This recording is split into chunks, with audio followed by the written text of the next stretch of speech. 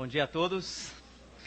Trago para vocês saudades e lembranças da minha esposa, que já faz algum tempo não consegue vir aqui. E dessa vez, especialmente, porque está em Manaus, com a minha filha, o genro, e o mais novo membro da família, Natan Silas de Noronha, primeiro neto, a terceira edição da família, vamos dizer assim. E deixou o vovô aqui sentindo saudade deles todos. Mas uma alegria para mim estar aqui, especialmente numa semana de conferência missionária. Eu vejo vocês, vejo essa igreja, vejo essa garotada, e fico o que é que Deus vai fazer, e eu sei que Ele quer fazer por meio dessa igreja. Eu gostaria que essa igreja fosse uma igreja para todos os povos. Isso não é só um slogan, isso é um sonho. E na semana de conferência missionária, é muito fácil nós pensarmos o que eu tenho a ver com isso.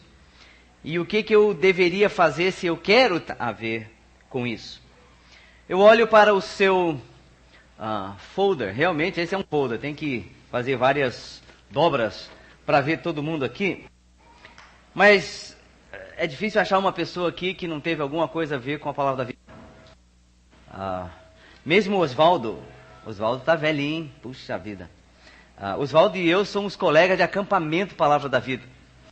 Se ele está velhinho, imagina eu. Mas trabalhamos juntos no acampamento. E ali essas vocações, esses sensos de missão se despertaram. Num certo sentido, nós podemos lidar com conferências missionárias como gripe. Pelo menos uma vez por ano você vai ter uma. E você reage a ela na medida em que ela acontece. E eu suspeito que alguns de vocês estejam talvez fazendo isso. Está chegando aí a semana da gripe. Então vamos nos preparar para ela. Eu gostaria de propor algo um pouco diferente. Que você se inoculasse, que você se preparasse de antemão para essa conferência missionária. Eu quero sugerir para vocês uma coisa esta semana. Eu até vou pedir que vocês levantem a mão daqui a pouco. Eu gostaria que vocês lessem o livro de Atos esta semana, como preparação para a sua conferência missionária. São 28 capítulos, tem 7 dias, você pode ler 4 capítulos por dia e não vai cair nenhuma mão, nem o olho vai ficar vesgo se você fizer isso. 4 capítulos por dia. A história é tão emocionante que eu duvido que você com só 4 capítulos por dia. Mas eu quero fazer uma prévia aqui, vamos lá. Tá aí o desafio para vocês. 4 capítulos de Atos por dia, o livro inteiro em uma semana. Quem é que vai tentar? Eu não vou estar aqui semana que vem para cobrar, então você não precisa se preocupar e você não vai me dever nada se você não fizer. Mas eu sugiro para vocês que se essa igreja inteira, junta, olhar para esse livro e levar a sério o que está ali escrito e começar a compartilhar os insights, né, essas percepções que Deus vai dar para você, para cada um de vocês. Ninguém pode dizer o que vai acontecer não, porque eu acho que vai acontecer alguma coisa muito revolucionária. E hoje eu quero dar um pontapé inicial nessa leitura com vocês. A história do livro de Atos é uma história muito singular. O cenário dela é esse mapinha aí do Império Romano. Nós normalmente quando falamos do Império Romano temos uma ideia errada dele. Que o Império Romano já existia há séculos antes da igreja surgir. Errado. Roma já existia há séculos antes da igreja surgir. Mas o Império Romano era, do ponto de vista da história, uma certa novidade na história. Nunca antes toda a bacia do mar Mediterrâneo tinha sido unida debaixo de uma única civilização, a civilização greco-romana. Quando Roma se tornou um império, faltavam poucos anos para o Senhor Jesus Cristo chegar ao mundo. E quando a igreja começou, ali no dia de Pentecostes, do ano 33 da era cristã, o Império Romano tinha, na verdade, mais ou menos 70 anos de existência apenas, como império. Era, do ponto de vista da história, ainda uma entidade em formação. Mas era significativo porque ofereceu à igreja possibilidades que ao longo da história, só no século XX, com a grande facilidade de transporte e com a multiplicação da comunicação, o Evangelho desfrutou de novo. Havia paz, era possível viajar de um lado a outro desse império, relativamente em segurança, e anunciar a mensagem que foi dada a Jesus Cristo. Os atores nessa história maravilhosa são bem conhecidos. Na verdade, eles começam com um homem que tradicionalmente foi o primeiro Papa, aquele a quem Cristo confiou a liderança daquele grupo de apóstolos. Ele dá início à história da igreja como o pregador principal, como aquele que vem e anuncia, que abre as portas à igreja do Senhor Jesus Cristo. Pouco depois dessa tarefa iniciada por Pedro, surge um outro homem, que nós conhecemos até da música, era seu nome Barnabé, natural de Chipre. Era o carioca do Mediterrâneo, aquele camarada que gostava de todo mundo, que fazia amigos e influenciava pessoas. Ele foi o indivíduo que conseguiu integrar a igreja, aquele que se tornou o principal personagem humano dessa história, o apóstolo Paulo. Mas se nós disséssemos que a igreja foi a soma dos esforços de pessoas diferentes, como Pedro, um rompedor, Barnabé, aquele que era capaz de articular, e Paulo, aquele que era capaz de pensar, nós estaríamos sendo injustos para com aquele que é o principal personagem do livro de Atos, o Espírito Santo. Aquele que ministra do começo ao fim desse livro, e por meio de cujo poder a igreja se torna aquilo que ela deveria ser. Nós precisamos, lendo o livro de Atos, também entender o contexto religioso em que essa história de missões começou. Era significativamente diferente do nosso em vários aspectos, embora tenha semelhanças. A igreja nasceu no contexto do judaísmo, da religião em que se havia transformado a revelação que Deus dera a Moisés, aos salmistas e aos profetas. Esse judaísmo havia se espalhado por todo o Império Romano, mas na época em que começou o cristianismo, ele era centrado no templo em Jerusalém, aonde quase todo mundo queria ir pelo menos uma vez por ano, e nas sinagogas, espalhadas por todo o Império Romano. O judaísmo era focado em ações e em mérito religioso. E nesse sentido, ele se parece muito com as religiões tradicionais dos países onde nós hoje vamos fazer missões. Da ênfase que as religiões locais têm, seja no Islã, seja nas religiões tradicionais do cristianismo nominal, seja naquelas diversidades de religiões populares na janela 1040, esses países onde o evangelho tem pouca penetração ainda. Era necessário fazer coisas para chegar a Deus. Isso de que nós cantamos aí, da graça nos procurar, era uma ideia estranha naquela época como ainda é hoje. Você adquiriria mérito com Deus fazendo algum tipo de boa ação, algum tipo de atividade religiosa, oração, jejum, oferta, esmola. Essas coisas que ainda hoje, supostamente, dão mérito a uma pessoa para com Deus. Esse judaísmo estava espalhado pelo império por várias razões. Primeiro, porque os judeus por muitos anos tinham sido perseguidos. E quando a perseguição surgia, eles iam para um pouquinho mais para frente. E quando chegavam um pouquinho mais para frente, abriam lojinha para vender todo tipo de negócio. E daqui a pouco, eles que tinham começado com uma lojinha pequenininha eram donos dos bancos das cidades. E como resultado disso, havia uma influência muito grande dessa pequena comunidade judaica. Quase todo mundo na cidade devia para eles. Não é muito diferente de hoje, não é? Não é muito, não.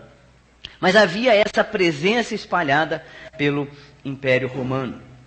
Além do judaísmo como força com a qual a igreja teve que lutar, havia as religiões gregas e romanas. Só está funcionando esse aqui. Tá bom, eu estou olhando para cá, não estou vendo nada.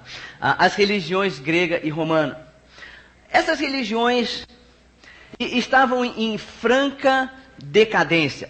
Elas eram religiões superadas.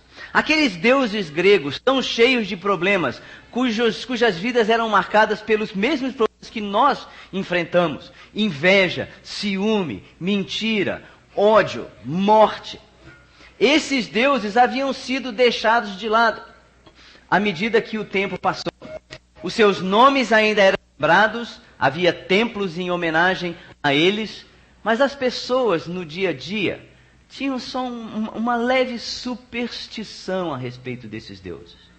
Eles serviam talvez para acalmar aqueles temores noturnos quando a vida ia mal e o indivíduo se contentava em fazer uma promessa para Júpiter, ou para Marte, ou para Vênus, ou qualquer um desses deuses latinos, ou os deuses gregos com os nomes equivalentes, né? Zeus, Afrodite e Ares. De qualquer maneira, era uma religião em decadência. Era uma religião que não conseguia mais conter as lealdades das pessoas. Por causa disso, surgiram os filósofos e uma tentativa de promover ética.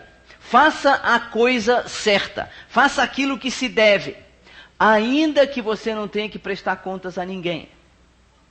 E de novo, a semelhança com o nosso mundo é muito grande.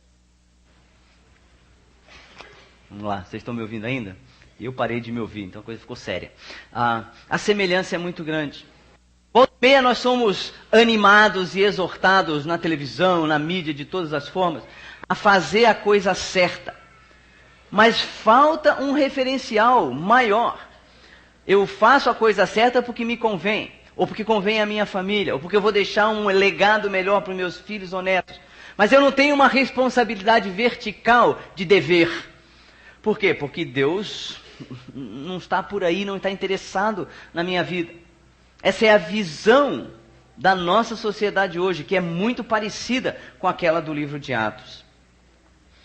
Havia, num certo sentido, uma tentativa na sociedade greco-romana de importar outros deuses, de trazer de religiões onde o culto era assim meio misterioso, meio místico, deuses que fizessem uma diferença na vida das pessoas. E, num certo sentido, isso também se parece com o que tem acontecido nas nossas grandes cidades hoje. Estava lendo uma reportagem recente sobre o maior foco de religiões afro-brasileiras aqui no nosso país. Normalmente nós pensamos que é a Bahia, mas não é a Bahia. Alguém já me soprou ali que é o Rio Grande do Sul. Tendo percebido uma falência na sua religião tradicional, começam a importar esses deuses, no nosso caso aqui os orixás, os espíritos, que dão alguma sensação de realidade a essa busca que as pessoas têm por algo e alguém maior, que é Deus. Talvez já tenham uma religião, mas é justamente nessa importação e muitas vezes nessa mistura entre a sua religião tradicional e essa religião importada, mais mística, mais transcendental, mais do outro lado da vida, é que as pessoas encontram um pouco de paz, um pouco de segurança, um pouco de realidade. Naturalmente, havia, começando também em Roma, na época que Pentecostes aconteceu, o culto ao imperador. Ao contrário do que todo mundo pensa, Júlio César nunca foi imperador de Roma. O sobrinho dele, Otávio, o Otaviano, foi o primeiro imperador. E foi ele que começou a dar expressão a essa ideia de que o imperador tinha alguma coisa de divino nele. E que, aí foi uma grande sacada política, que se o povo comum reverenciasse o imperador, a sua lealdade ao império seria maior. E isso políticos de todas as cores e matizes têm adotado ao longo da história. Na nossa época, nós talvez não reverenciemos uma figura em especial, mas talvez uma instituição e basicamente adoramos como sociedade o poder por si. Ter poder é bom, ser poderoso é bom. Vaporizar os inimigos com uma nova arma é uma maravilha, porque faz com que você apareça aos olhos do povo como alguém digno de respeito. E pessoas estão competindo por isso lá na outra América, de novo. E em escala menor, nas nossas prefeituras, bem menor. Mas a ideia básica é a mesma. Essa adoração ao poder como aquilo que dá significado à vida. De um modo geral, poderíamos dizer que no tempo em que a igreja começou, essa igreja para todos os povos, havia um grande e generalizado vazio. Havia essa sensação de que faltava alguma coisa. Na verdade, Paulo percebeu isso quando ele escreveu que o Senhor Jesus Cristo foi enviado no mundo na plenitude do tempo. Não significa que foi no melhor dos tempos necessariamente, mas exatamente naquela ocasião em que as circunstâncias contribuíam para que alguém especial chegasse com uma mensagem radicalmente nova. No meio desse contexto religioso, Deus começa algo especial. Ele poderia lançar um grande movimento que de repente aparecesse simultaneamente em todas as capitais do mundo, como hoje Hollywood faz os seus lançamentos universais de filmes, e uma pessoa em Hong Kong, em Mumbai, em Dubai, em Londres, São Paulo e Los Angeles pode assistir, de repente, Christian Bale virar Batman. Assim, naquela época isso não era possível. Mas Deus projetou uma campanha de lançamento do seu, produto novo, que nem o Washington Oliveto, nenhum desses grandes aí da propaganda e marketing teria conseguido pensar. Ele pensou assim: vamos pegar um evento que seja instantaneamente reproduzido. Apesar de não ter fax, e-mail, telex, nada de satélite. A estratégia foi gente. E um evento que tornou a multiplicação dessas pessoas possível. A estratégia era juntar e depois espalhar homens e mulheres compromissados. Pessoas cujo foco de vida fosse Deus. E que não estivessem presas a lugar, ou a pessoas, ou a condições. Vocês me ouviram? Pessoas cuja vida estivesse focada em Deus. E que não estivessem presas a locais, pessoas, outras e situações. Gente extremamente móvel. Puxa, parece que você está descrevendo uma sociedade no século XXI. Nunca fomos tão móveis assim. Saímos para tudo que é lado. Vamos fazer um retiro com a terceira idade em Caldas Novas, 850 quilômetros daqui. Como é que Deus fez isso? Ele reuniu alguns homens e mulheres assim, e deu a eles um alvo específico. Esse alvo é encontrado naquele versículo que é provavelmente o versículo mais conhecido do livro de Atos, que nós temos representado aqui nesse grupo. E todo mundo pode falar comigo. Atos capítulo 1, versículo 8. Vamos ver se a gente consegue falar. Mas recebereis poder ao descer sobre vós o Espírito Santo e sereis minhas testemunhas, tanto em Jerusalém, como em toda a Judéia e Samaria e até aos confins da terra. Esse versículo nos dá até certo ponto estratégia, nos dá até certo ponto as táticas e nos dá até certo ponto maneiras pelas quais seria verificável se a missão fosse atingida ou não. O alvo eram os confins da terra, locais onde a mensagem de Deus ainda não tinha chegado.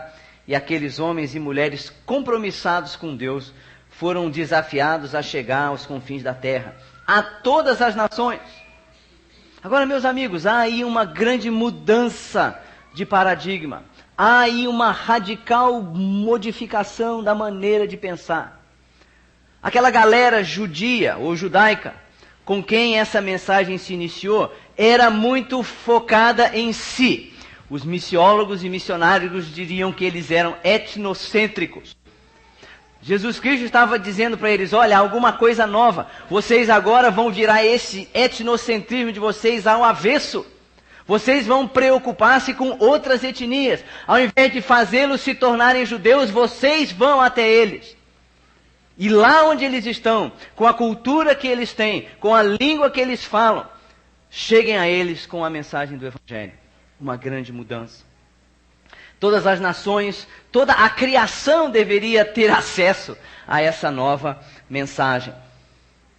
E aí entra aquela história que eu vinha falando, do evento facilitador. Muitos desses homens e mulheres compromissados com Deus, mas ainda sem conhecer tudo que Deus tinha feito por eles, se reuniram na cidade de Jerusalém.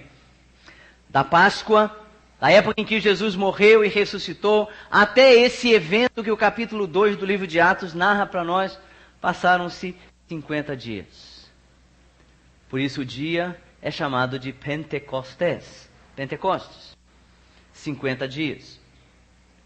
Ali, Deus manifestou a esse grupo de homens e mulheres que, segundo Lucas nos descreve, vinha de toda essa bacia do Mediterrâneo, da Arábia e de onde hoje é o Iraque até a Espanha.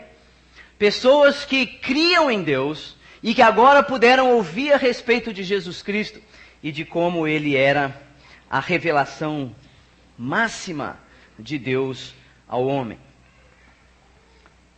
Homens e mulheres compromissados. A segunda parte dessa estratégia era uma proclamação.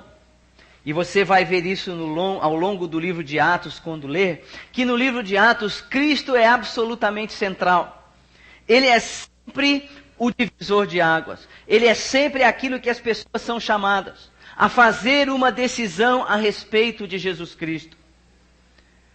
Isso está faltando hoje, no contexto do evangelicalismo, do protestantismo brasileiro. Essa centralidade exclusiva de Jesus Cristo. Não é um problema de vocês aqui, mas é um problema real. As pessoas, quando pensam em cristãos, e particularmente em evangélicos, têm uma noção errada do que seja o centro e o foco. E é parte da nossa missão como igreja ter a certeza de que isso seja revertido. Porque senão nós vamos entrar como evangélicos pelo mesmo cano religioso que tantas outras religiões, como aquelas religiões gregas e romanas entraram. Nós vamos nos tornar simplesmente água que desceu pelo ralo da perspectiva de nossa sociedade. Nós precisamos fazer de Cristo o centro da nossa proclamação. Não as bênçãos de Cristo. Não a suposta generosidade de Cristo em dar tudo que a pessoa precisa e quer, em troca de alguma coisa que ela ofereça.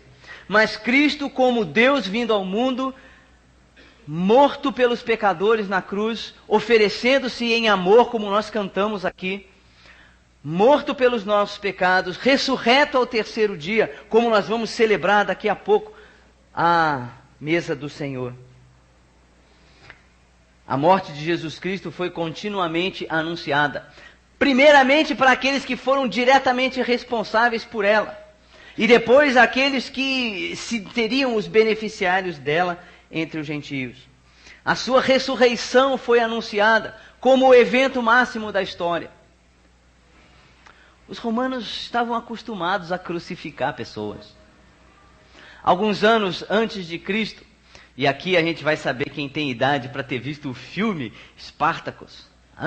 Kirk Douglas. Algumas barbinhas brancas fizeram assim já. Os romanos crucificaram dezenas de milhares de pessoas. Algumas décadas antes de Cristo. Antes de Roma se tornar realmente um império. Dezenas de milhares. Crucificar para eles não era nada fora do normal, era um evento comum. Mas teve um ressuscitado, um crucificado que ressuscitou. De passagem, tem aí no MASP uma exposição que vocês devem querer ir ver, e que tem um desses pregos romanos que foi encontrado, pregos usados na crucificação. Vale a pena conferir. Esse foi o evento central do livro de Atos, o anúncio da ressurreição de Jesus Cristo, que era um choque para os judeus, que era uma loucura para os gregos. Naquela civilização grega, falar de ressurreição era a mesma coisa que dizer, ok, você tirou o homem da prisão com a morte, você está querendo de novo mandá-lo na prisão, se ele ganha uma nova vida corporal. Mas essa era a centralidade da mensagem, e é a centralidade da sua e da minha mensagem. Nós não anunciamos apenas a morte de Cristo, mas a sua ressurreição. Não contentes com isso, a igreja anunciou e anuncia ao longo do livro de Atos que Jesus Cristo é o Messias, aquele que haveria de cumprir os projetos de Deus para a humanidade, aquele que é o centro da história do Antigo Testamento e o foco da história do Novo Testamento. Deus conosco, Emanuel, homem-Deus, capaz de realizar tudo aquilo que o homem deveria realizar, capaz de nos dar tudo aquilo que Deus é capaz de nos dar. Esse é o Jesus que o livro de Atos anuncia, o Messias. Aquele que em nós começa a estabelecer um reino que um dia vai encampar toda a história humana. Pode parecer tão pequena a sua vida. Pode parecer aos seus olhos que a sua vida é insignificante. E da perspectiva dos grandes políticos, a não ser de 4 em 4 anos, você é um zero à esquerda para eles. Pode ser que da perspectiva das grandes corporações, você seja um zero à esquerda, porque talvez você ainda não compre os seus produtos. Pode ser que da perspectiva daqueles que governam, você não seja alguém digno de atenção ou de importância. Mas não para aquele que morreu sobre a cruz do Calvário, por causa dos seus pecados, que ressuscitou ao terceiro dia para garantir a nossa salvação. Ele nos tirou do império das trevas e nos transportou para onde? Para o reino do seu Filho amado. Você é alguém, não pelo que você seja, mas por aquilo que Deus em Cristo está querendo realizar com você, como membro não da igreja Batista da Borda do Campo, embora isso seja muito importante, mas do reino do Senhor Jesus Cristo.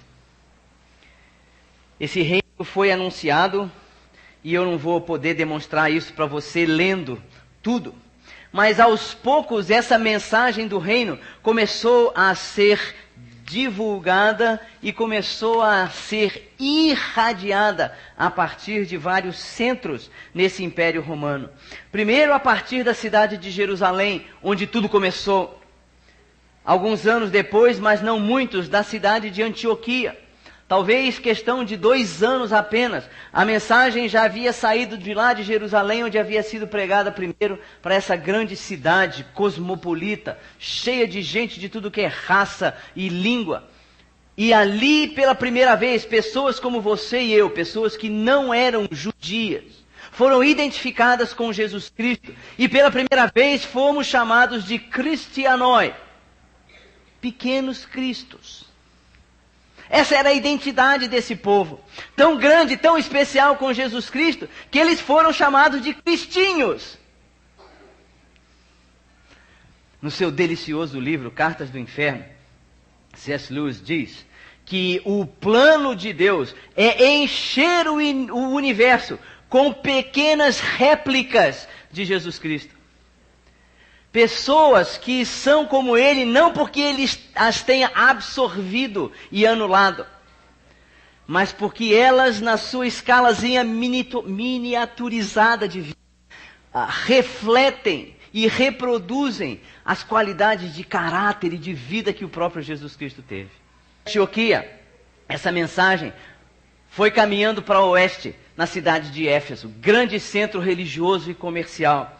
Dali, passou eventualmente para a cidade de Roma, que era a capital do império. A gente às vezes se pergunta por que Lucas parou o livro de Atos, onde parou. Outro dia eu encontrei um rapaz que era membro de uma igreja chamada Atos 29. E eu achei muito interessante, eu já tinha ouvido que existia uma igreja, Atos 29, mas não era aqui no Brasil, essa aqui no Brasil. Não sei porque eles pararam, né? Atos 30, não sei. Mas quando o evangelho e a mensagem do reino chegam a Roma, é como Lucas estivesse dizendo: pessoal, chegamos no alto da colina, agora é só botar na banguela e deixar rolar. porque vai chegar até os confins da terra. Lucas nos dá o desenvolvimento dessa mensagem em vários relatórios de progresso. Agora, gente, eu gostaria de ter tempo de olhar cada um desses com vocês, e eu não posso. Mas eu vou mencionar pelo menos aí, que 6 vezes ao longo do seu livro, ele menciona para nós como a igreja cresceu. A impressão que Lucas é uma espécie de gerente de produção, olhando cada fase do seu projeto e vendo se de fato a coisa está acontecendo conforme planejado. Em Atos capítulo 6, versículo 7, nós vemos a igreja tomando a cidade de Jerusalém. Você pode conferir isso em casa se você quiser.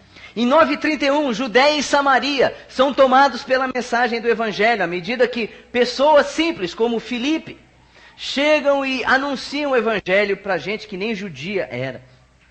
No capítulo 12, lá em Antioquia, nós vemos a mensagem chegando aos primeiros gentios. Em Atos 16, a Ásia Menor, aquele pedaço da Turquia ali, ouve o Evangelho de Jesus Cristo e igrejas começam a brotar por toda parte. Por quê? Porque Deus estava levando a sua igreja a todos os povos. E por mais que os judeus tentassem, por mais que os romanos ignorassem, a igreja continuava crescendo.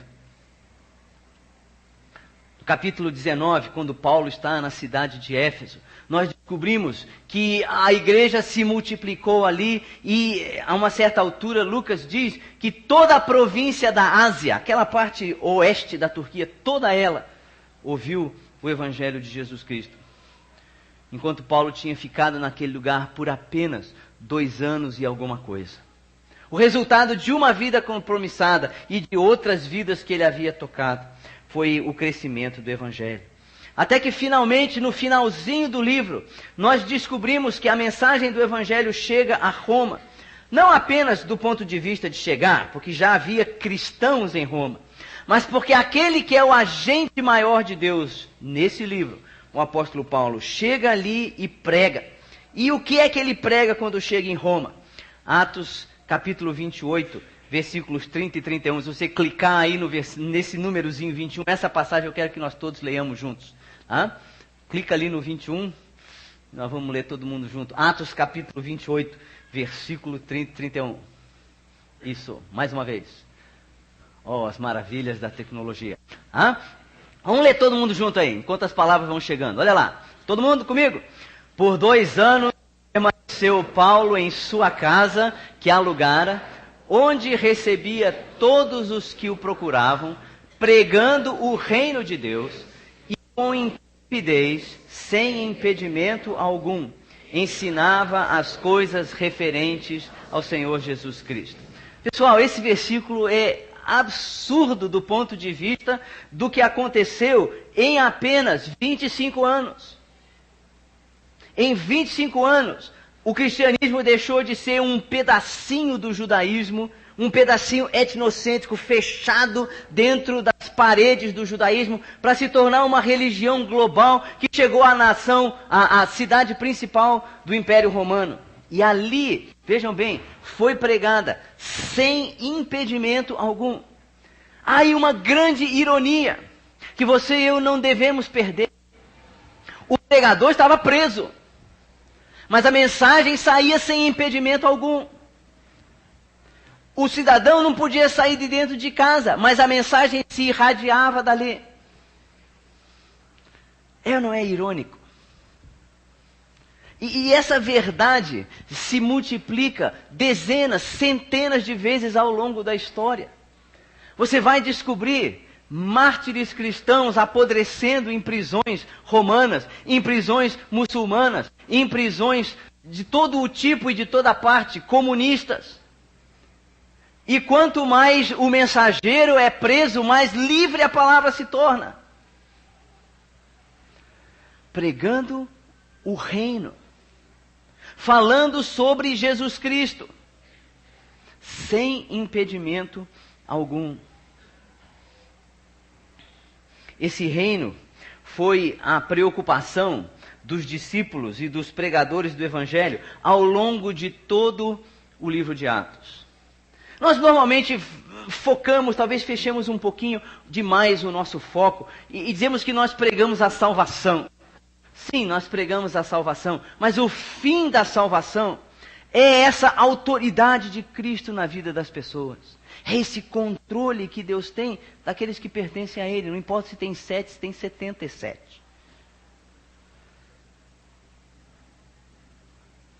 Nós precisamos anunciar esse reino com a mesma intrepidez, com a mesma frequência, com a mesma intensidade que os cristãos primitivos fizeram. Eu vou botar as passagens aqui, embora eu não vá falar nenhuma delas. Mas do começo ao fim do livro de Atos, você vai encontrar Pedro, João, Filipe, Barnabé e Paulo pregando o reino. Quando você sai daquela porta, a sua missão é anunciar ingresso ao reino de Deus. Dizer para aquelas pessoas que Deus as amou o suficiente para morrer por elas, na pessoa de Jesus Cristo, para trazê-las debaixo de uma autoridade que queria destruí-las, matá-las e destruí-las, para alguém que deu a sua vida por elas. Essa é a nossa missão. Mas uma vez que isso aconteça, você dá a oportunidade a essa pessoa a reconstruir a sua vida debaixo da autoridade de Jesus Cristo. Vocês viram aquelas casinhas todas aqui da coinonia? É isso que as coinonias representam. Locais, contextos, grupos de vida formados para encorajar isso. A autoridade de Jesus Cristo na vida das pessoas. Por isso, ouçam mesmo, esse negócio de coinonia é uma coisa perigosa. Porque você vai encontrar ali pessoas que sabem o que é se submeter à autoridade de Jesus Cristo. Não são perfeitas nisso, como eu também não sou, como Paulo também não era. Mas elas conhecem o sabor dessa submissão. E por isso fazem do reino de Jesus Cristo em suas vidas a coisa mais importante. Numa semana de conferência missionária, nós precisamos lembrar que esse é o nosso alvo. Levar essa mensagem do reino até os confins da terra. Meu tempo está quase acabando. Talvez já tenha até acabado, mas já acabou. Vamos continuar. Nós precisamos falar de que essa estratégia que eu estou tão animadamente falando com vocês, não é um mar de rosas, é marcada, na verdade, por dificuldades. E eu vou ser muito rápido aqui.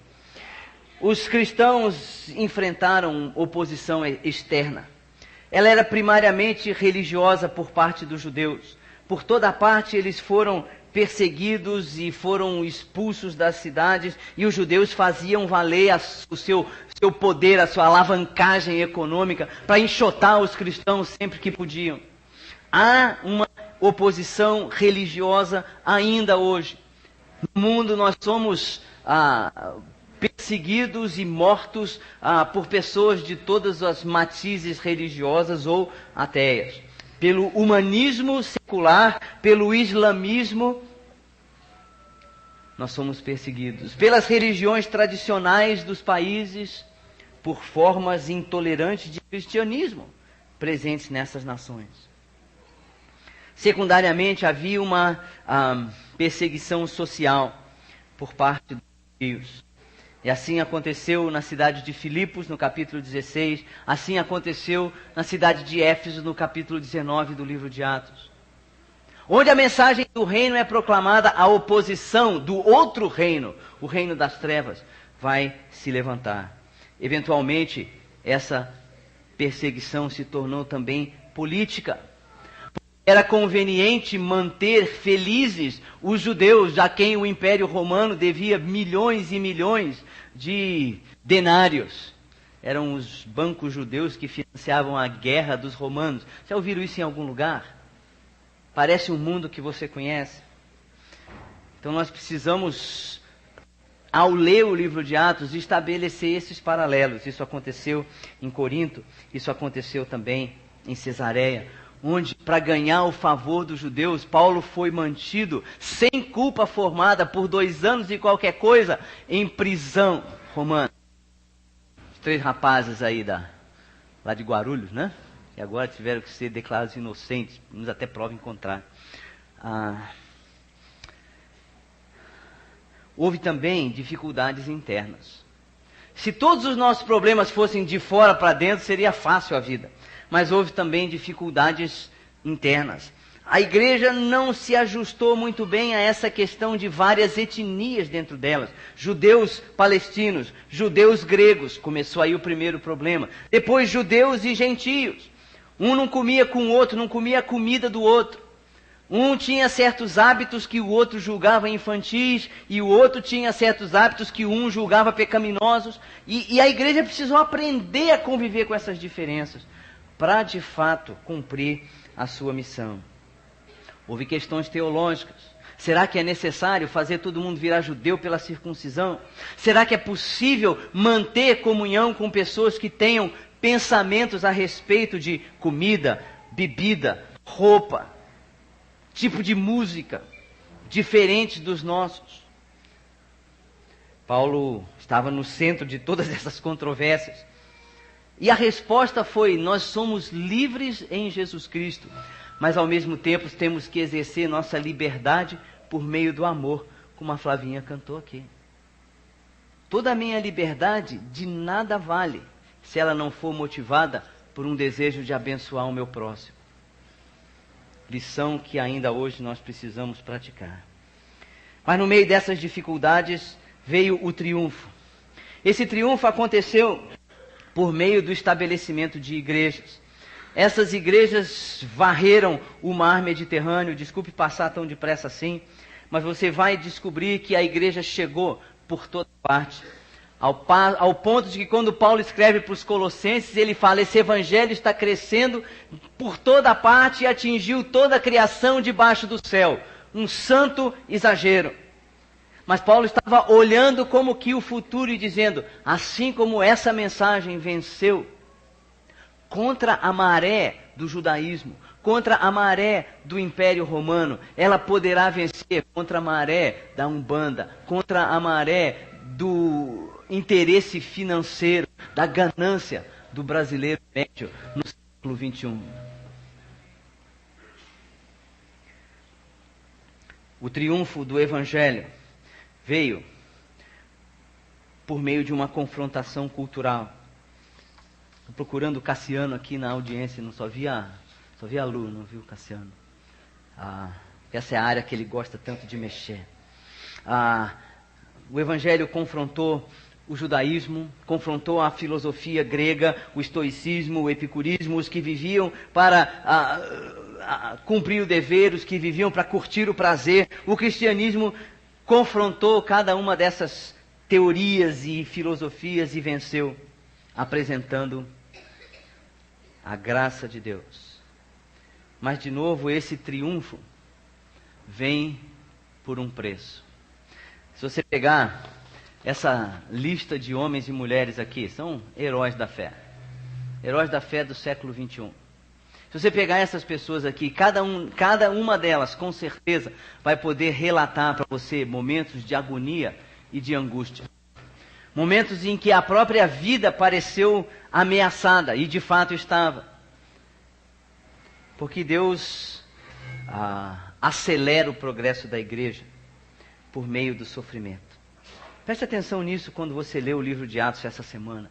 Quantas vezes a igreja sofre, mas veja bem, toda vez que a igreja sofre, bem pertinho do sofrimento, tem um daqueles relatórios de progresso. Bem pertinho da hora em que a igreja foi apedrejada, aprisionada, espancada, o evangelho cresceu. Isso é uma lição para você e para mim. Porque nós não somos melhores do que aqueles que vieram antes de nós. Deus deseja esse triunfo. E Ele vai realizá-lo. E Ele nos convoca a fazermos parte dessa comunidade